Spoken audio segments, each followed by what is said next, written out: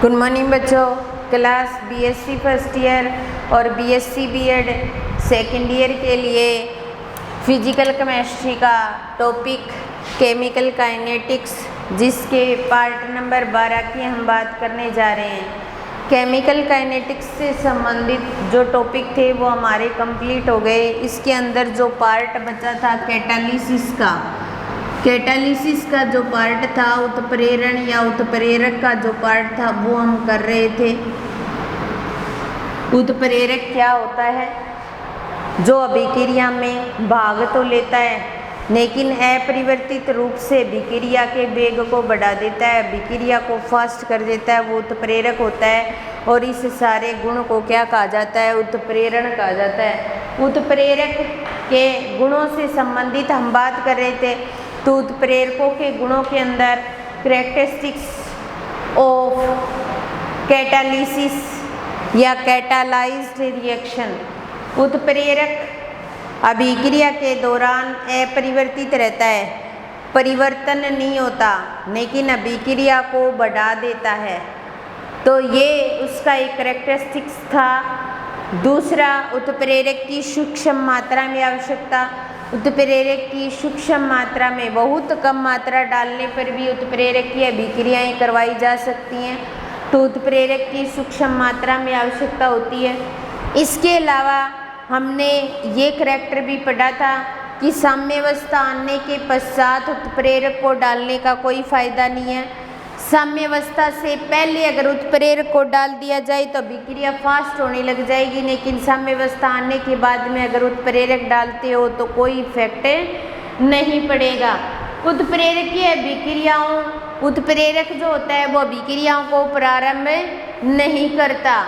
उत्प्रेरक की अभिक्रियाएं अगर प्रारंभ नहीं हुई हैं तो उत्प्रेरक डालोगे तो कोई इफेक्ट नहीं पड़ेगा, क्योंकि उत्प्रेरक अभिक्रिया जो चल रही है उसको फास्ट कर सकता है, अभिक्रिया को प्रारंभ नहीं कर सकता।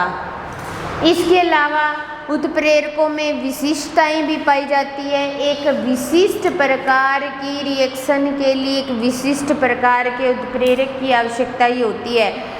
दूसरा उत्प्रेरक दूसरी विक्रिया में भाग नहीं ले सकता। तो ये हमने कुछ कैरेक्टरिस्टिक्स से संबंधित बात की थी। इसके अलावा हमारा जो टॉपिक है वो इस प्रकार है। उसके बाद में हमारा नेक्स्ट टॉपिक जो बचता है वो इस प्रकार है, उत्प्रेरकीय अभिक्रियाओं की क्रियाविधि। उत्प्रेरकीय अभिक्रियाओं की क्रियाविधि, अभिक्रियाओं की क्रियाविधि जिसके अंदर उत्प्रेरक को दो प्रकार के मैकेनिज्म में डिवाइड किया जाता है। एक होता है सममांगी उत्प्रेरक, एक होता है सममांगी उत्प्रेरक और दूसरा होता है विषमांगी उत्प्रेरक। इसके आधार पर सममांगी उत्प्रेरक की क्रियाविधि और विषमांगी उत्प्रेरक की क्रियाविधि, इसको बोला जाता है होमोजीनियस कैटालिसिस। होमोजीनियस कैटालिसिस और दूसरा है हेटेरोजीनस कैटालिसिस। वैसे ये चैप्टर तो काफ़ी लंबा चौड़ा है, लेकिन आपके सिलेबस में इतनी चीज़ें दी हुई हैं। कैटालिस्ट दिया हुआ है, कैटालिस्ट और कैरेक्टरिस्टिक्स ऑफ कैटालिसिस रिएक्शन और होमोजीनियस और हेटेरोजीनियस कैटालिसिस और एक माइकेलिस मेंटेन या एंजाइम कैटालिसिस। एंजाइम कैटालिसिस कोई माइकेलिस मेंटेन ला या माइकेलिस मेंटेन कोएफिशिएंट के नाम से दिया गया है, एक बड़ा सा डेरिवेशन। तो इतने ही टॉपिक दिए हुए हैं। तो सममांगी उत्प्रेरक या विषमांगी उत्प्रेरक या समांग उत्प्रेरण या विषमांग उत्प्रेरण या समांग उत्प्रेरकीय क्रियाविधि या विषमांग उत्प्रेरण क्रियाविधि। समांग का अर्थ है समान, यानी कि अभिक्रिया के अंदर हम जो रिएक्टेंट काम में लेंगे उनकी अवस्था भी वही होगी और कैटालिस्ट की अवस्था भी वही होगी, तीनों की अवस्थाएं सेम रहेगी, तो वो समांग उत्प्रेरक होगा। और अगर अवस्थाएं चेंज हो जाएंगी, मान लो एक सॉलिड है, एक लिक्विड है, कोई गैस है, तो इस प्रकार से अवस्थाएं चेंज हो जाती है तो उसको बोला जाता है विषमांग उत्प्रेरक। पहले हम समांग उत्प्रेरक पढ़ रहे हैं जिसके अंदर अवस्थाएं क्या रहती हैं, समान रहती हैं। तो जैसे हम H2 ये गैस है प्लस Cl2 ये गैस है, अभिक्रिया करवा रहे हैं। इसके लिए जो उत्प्रेरक काम में लेंगे वो H2O गैसीय फॉर्म का ही लेंगे, तब हमें HCl या 2HCl गैसीय फॉर्म में प्राप्त हो जाएगी। और प्लस कुछ H2O गैसीय फॉर्म में वैसे की वैसे ही हमें उत्प्रेरक अभिक्रिया में भाग ले रहा है, अभिक्रिया को उत्पाद में, अभिकारक को उत्पाद में बदल रहा है, अभिक्रिया को फास्ट कर रहा है और उत्प्रेरक वैसे के वैसे हमें वापस भी प्राप्त हो रहा है। तो ये समांग उत्प्रेरक अभिक्रियाएं जिसमें सारे गैसीय अवस्था में है, सबकी अवस्थाएं सेम है, इसलिए इसे बोला जाता है समांग उत्प्रेरक या समांगी उत्प्रेरणीय अभिक्रिया। इसके अलावा C12 H22 O11 ये एक्वस कंडीशन में प्लस H2O एक्वस होता ही है और आपस में विक्रिया करके C6H12O6 और C6H12O6 एक्वस और प्लस H2O एक्वस, इन सब की अवस्था भी क्या है, समांगी है। इनकी अवस्थाएं भी समान है, इसलिए इसे समांगी उत्प्रेरक या इस प्रक्रिया को समांगी उत्प्रेरणीय अभिक्रिया कहा जाता है।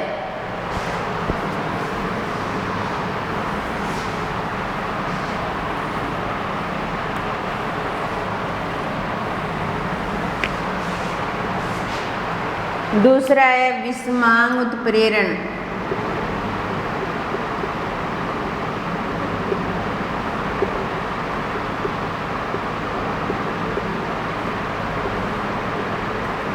विषमांग उत्प्रेरण या हेटेरोजीनियस कैटालिसिस विषमांग उत्प्रेरण, जिसके अंदर अवस्थाएं कोई सारी एक जैसी होने की आवश्यकता नहीं है, कुछ अवस्थाएं अलग प्रकार की हो सकती हैं। जैसे संपर्क विधि के द्वारा हम क्या करते हैं, H2SO4 बनाते हैं। संपर्क विधि के द्वारा हम क्या करते हैं, H2SO4 बनाते हैं। तो हम SO2 ले रहे हैं गैसीय फॉर्म में, प्लस 1/2 O2 ले रहे हैं गैसीय फॉर्म में, और ये रिएक्शन करके SO3 बना रहे हैं गैसीय फॉर्म में। लेकिन हम वेनेडियम पेंटाऑक्साइड ले रहे हैं, वो सॉलिड फॉर्म का ले रहे हैं। तो यहाँ पर गैस गैस गैस और ये सॉलिड अवस्था चेंज हो गई, तो इसे बोलेंगे विषमांग उत्प्रेरण या विषमांगी उत्प्रेरकीय अभिक्रिया। इसके अलावा हेबर विधि के द्वारा अमोनिया का निर्माण, हेबर विधि के द्वारा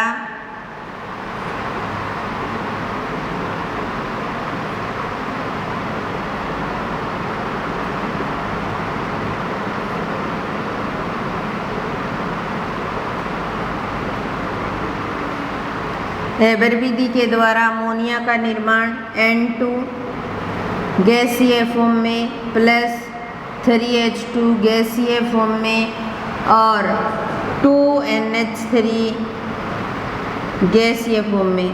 यहाँ पे Fe प्लस Al2O3 काम में लेंगे अपने, और Fe और Al2O3 ये क्या है, सॉलिड फॉर्म में है, सारे क्या है, गैसीय फॉर्म में है। तो इसलिए ये भी क्या है, एक विषमांग उत्प्रेरक है। तो जब अवस्थाएं चेंज हो जाती हैं उत्प्रेरक की और क्रियाकारक की, तो वो विषमांग उत्प्रेरण को शो करता है। इसके अलावा हमारे सिलेबस में एक ही टॉपिक लास्ट, जिसका नाम है एंजाइम उत्प्रेरण या एंजाइम कैटालिसिस, कुछ थ्योरेटिकल पोर्शन और कुछ डेरिवेशंस। तो लास्ट टॉपिक हमारा ये है एंजाइम कैटालिसिस, एंजाइम कैटालिसिस या एंजाइम उत्प्रेरण, एंजाइम उत्प्रेरण, या फिर इसका जो डेरिवेशन होता है उसको बोला जाता है माइकेलिस मेंटेन का नियम या माइकेलिस मेंटेन का नियम। एंजाइम उत्प्रेरण क्या करता है, क्या बताता है हमें कि प्रत्येक अभिक्रियाओं को करने के लिए एक विशिष्ट प्रकार के उत्प्रेरक की आवश्यकता होती है, उसे एंजाइम उत्प्रेरण कहा जाता है। क्योंकि जीवों के अंदर जितनी भी जैविक क्रियाएं होती हैं वो सारी क्या होती हैं, एंजाइमों द्वारा उत्प्रेरित होती है। अब जो प्रोटीन होते हैं वो भी एंजाइम की भांति कार्य करते हैं। प्रोटीन किससे बने होते हैं, अमीनो एसिड से बने होते हैं। जो एंजाइम है वो एक विशिष्ट प्रकार का उत्प्रेरक माना जाता है। प्रत्येक अभिक्रिया के लिए एक विशिष्ट प्रकार के उत्प्रेरक की आवश्यकता पड़ेगी। जिस प्रकार एक विशिष्ट प्रकार का ताला एक विशिष्ट प्रकार की कुंजी से खुल सकता है, इसी प्रकार विशिष्ट प्रकार के क्रियाकारक विशिष्ट उत्पाद में तभी बदल सकते हैं जो जब उनका विशिष्ट उत्प्रेरक काम में लिया जाएगा। जैसे हमारे पास में C6H10O5N, ये क्या है, स्टार्च है। क्या है, स्टार्च है। और स्टार्च को डाइस्टेज एंजाइम की उपस्थिति में रिएक्शन करवाएंगे तभी ये C12H22O11 यानी कि माल्टोज में बदल सकता है, माल्टोज में बदल सकता है। तो इसके लिए हमें डाइस्टेज एंजाइम की आवश्यकता पड़ेगी। और ये तब भी विघटित हो सकता है जब हम कोई माल्टेज एंजाइम काम में लेंगे और ये 2C6H12O6 किस में चेंज करता है, ग्लूकोज में चेंज करता है। दोनों इकाइयाँ किसकी बनेंगी, ग्लूकोज की बनेंगी। ये तब भी हो सकता है जब हम माल्टेज एंजाइम काम में लेंगे। और ग्लूकोज को जाइमेज एंजाइम की उपस्थिति में रिएक्शन कराते हैं तब भी ये किस में बदलता है, अल्कोहल में बदल सकता है, अन्यथा नहीं।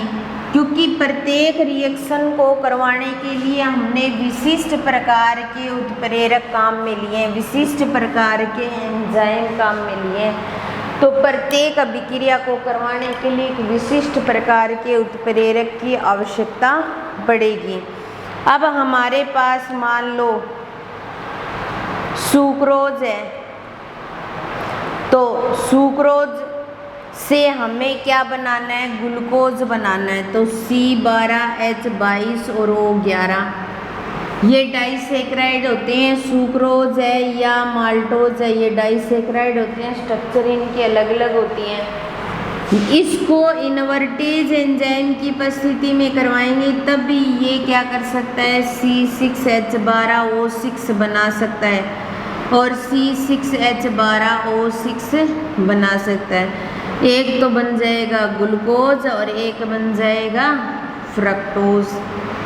और ग्लूकोज को जब जाइमेज एंजाइम की उपस्थिति में करवाएंगे तब ये C2H5OH में बदलेगा, एल्कोहल बनाएगा। तो एक विशिष्ट प्रकार का एंजाइम, विशिष्ट प्रकार के एंजाइम की हमें आवश्यकता पड़ी।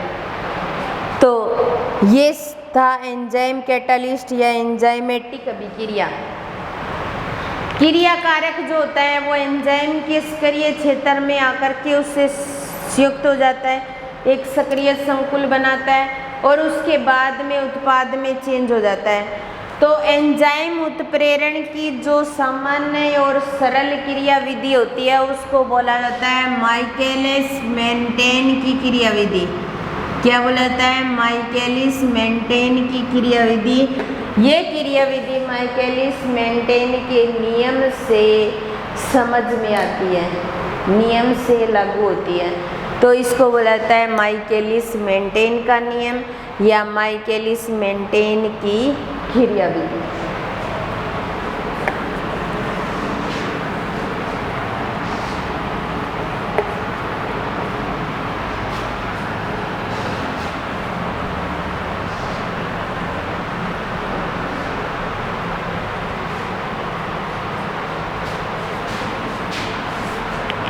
यहाँ पर हम कुछ एंजाइम लेते हैं,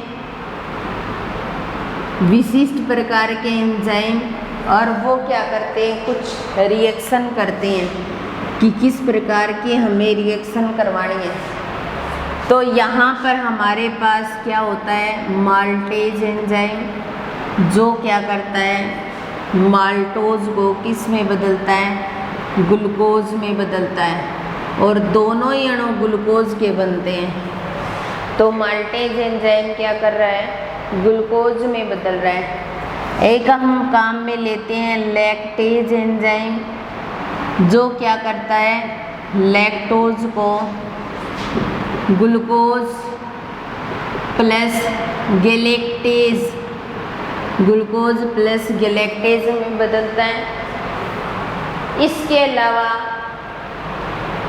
जो हमारे पास एमाइलेज एंजाइम है, एमाइलेज एंजाइम जो क्या करता है, वो स्टार्च को ग्लूकोज में बदलता है, स्टार्च को ग्लूकोज में बदलने का कार्य करता है। जाइमेज एंजाइम क्या करता है, ग्लूकोज को एल्कोहल में बदलने का कार्य करता है, एल्कोहल में बदलने का कार्य करता है। Urease enzyme, urease enzyme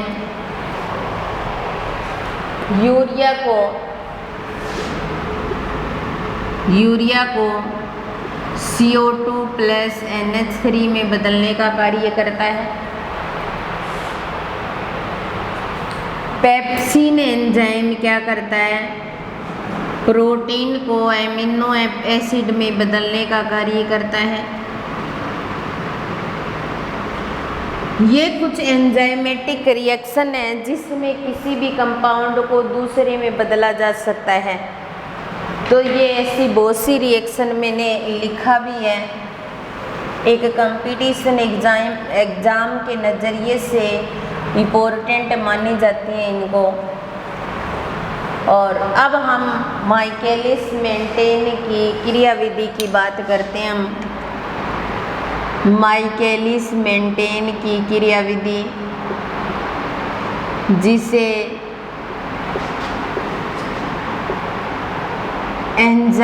enzymatic क्रियाविधि भी कह सकते हैं या एंजाइम उत्प्रेरण भी कह सकते हैं।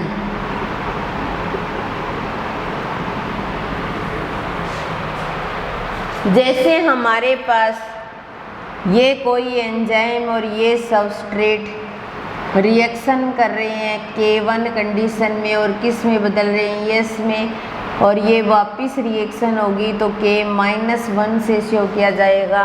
और इसमें ये एंजाइम को शो कर रहा है, ये सबस्ट्रेट को, ये क्या बन गया, सक्रियत संकुल बन गया। फिर ES किस में चेंज हो रहा है, प्रोडक्ट में। तो इसके लिए जो इक्वेशन काम में ली जाएगी वो क्या हो जाएगी, K2। तो E एंजाइम सबस्ट्रेट, K1 एक स्थिरांक और मध्यवर्ती संकुल बना रहा है। मध्यवर्ती संकुल रिएक्शन करके K2 और P में चेंज कर रहा है, K2 की प्रेजेंस में। तो ये इक्वेशन नंबर 1 हो गई और ये इक्वेशन नंबर 2 हो गई। समीकरण 2 के अनुसार अभिक्रिया वेग, समीकरण 2 के अनुसार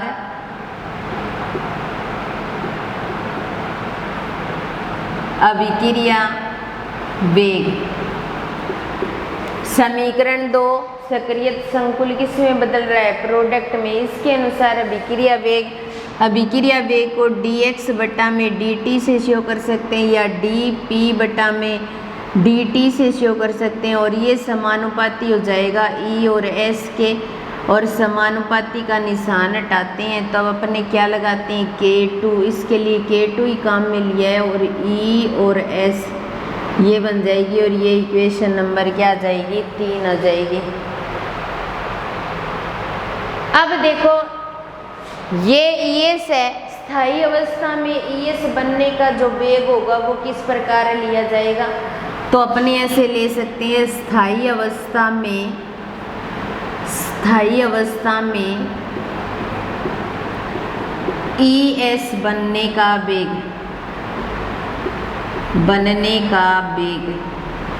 स्थायी अवस्था में ES बनने का वेग। ES कहाँ कहाँ बन रहा है, तो यहाँ पर तो हम क्या करेंगे, DES बटा में DT लेंगे।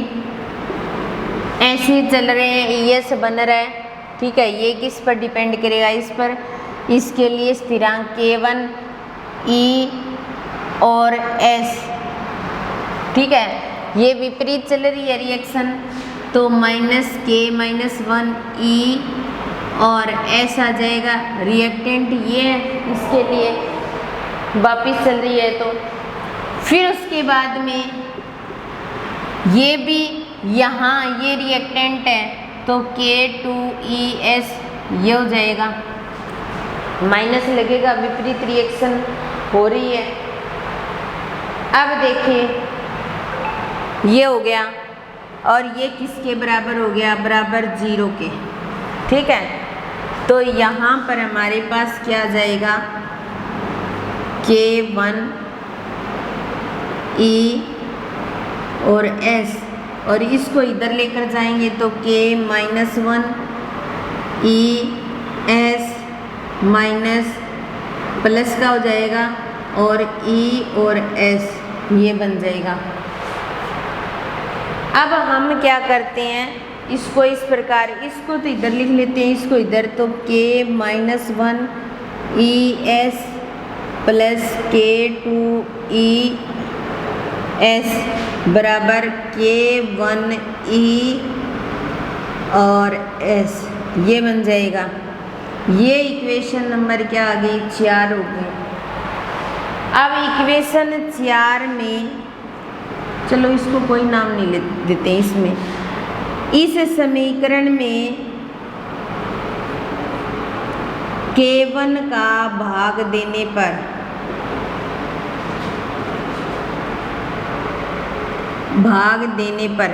K1 का भाग देंगे तो K-1 बटा में K1 और E और S प्लस K2 बटा में K1 E और S बराबर K1 बटा में K1 E और S, ये आ जाएगा। ये कैंसिल हो गया, और ये K1 है, और ES ये इधर ले लिया बाहर, और यहाँ क्या आ जाएगी, ब्रैकेट के अंदर हम ऐसा लिख सकते हैं K-1 प्लस K2, ये दोनों सेम है तो बटा में K1 कर देंगे, और बराबर आ जाएगा E और S, ठीक है। अब देखो ES निकालना है हमें, ES निकालना है तो इसके साथ मल्टीप्लाई में होता है, वो नीचे जाता है, तो E और S बटा में K-1 K2 बटा में K1, और यहाँ पर Km लेते हैं, जो K-1 K2 बटा में K1 के बराबर होता है, और Km क्या है, माइकेलिस स्थिरांक है, क्या है, माइकेलिस स्थिरांक है। तो अब हम इसको ऐसे लिख सकते हैं, ES बराबर E अपॉन में S और बटा में Km, ये ES का मान आ गया। स्थायी अवस्था में ES बनने का वेग आ गया ES बटा में Km, ठीक है। सबसे पहले एंजाइम सबस्ट्रेट ES बन रहा है, ES बनने का वेग K1, इसके विपरीत जाएगी तो K-1 ES प्रोडक्ट में चेंज हो रहा है, इसका वेग K2। समीकरण 2 के अनुसार अभिक्रिया वेग dx बटा में dt dp बटा में dt K2 ES, स्थायी अवस्था में ES बनने का वेग, ठीक है। तो ये इधर चल रही है रिएक्शन, तो K1, ये विपरीत चल रही है तो माइनस, और ये ऐसे चल रही है तो ES। फिर उसके बाद में इसको इधर ले आए, ये यहाँ जाएगा, ये बराबर कर दिया, K1 का भाग दे देंगे और भाग देने के बाद में ES की वैल्यू आ गई। ये ES यहाँ है। अब ES इक्वेशन 3 में ES का मान रखने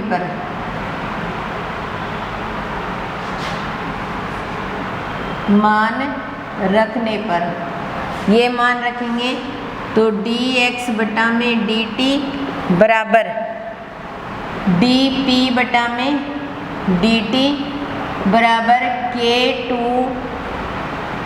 ES का मान रखेंगे तो यह आ जाएगा E और S और बटा में KM, ये आ जाएगा। और इसको इक्वेशन नंबर क्या नाम दे देंगे? 5 नंबर।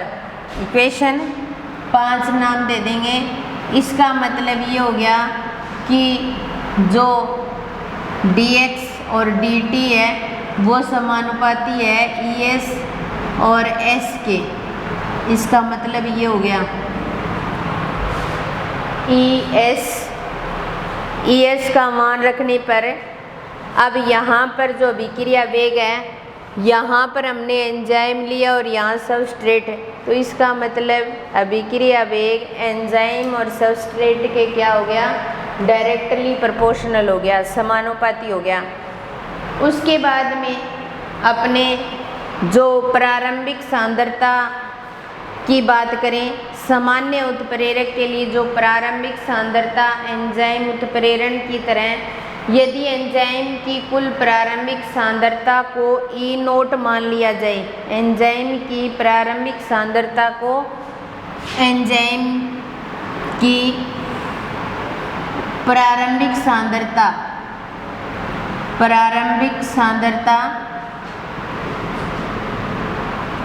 सांद्रता E0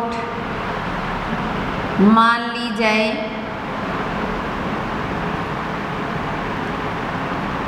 ली जाए तो E किसके बराबर हो जाएगा? E बराबर E0 माइनस ES के बराबर हो जाएगा। ये इक्वेशन आ जाएगी। E जो है वो E0 माइनस ES के बराबर हो जाएगा। अब ये माना गया, इस E के मान को अपने क्या करेंगे? इस इक्वेशन के अंदर रखेंगे। इसको हमने कोई नाम नहीं दिया तो इसको इक्वेशन नंबर 4 नाम दे देते हैं और ये इक्वेशन नंबर 5 हो गई। ठीक है, तो हम क्या करेंगे? इस E की जगह अपने इस मान को रखेंगे। तो अपने ऐसे कह सकते हैं कि E के इस मान को इक्वेशन 4 में रखने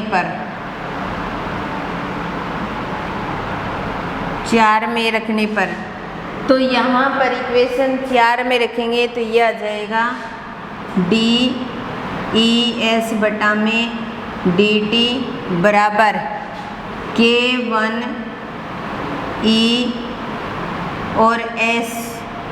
E की जगह अपने ये मान रख देंगे तो यह आ जाएगा E0 minus ES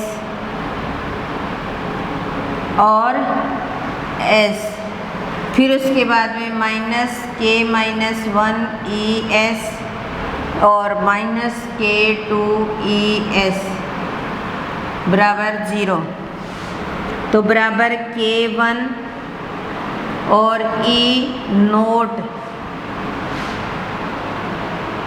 S minus K1 ES S minus K-1 ES minus K2 ES बराबर 0, ऐसा रख दिया हमने मान। तो यहाँ पर क्या आ गया? K1 E0S और K1 ES S minus K-1 ES और K2 ES, ऐसा कर दिया हमने। अब हम क्या करेंगे? इसको तो इधर ले लें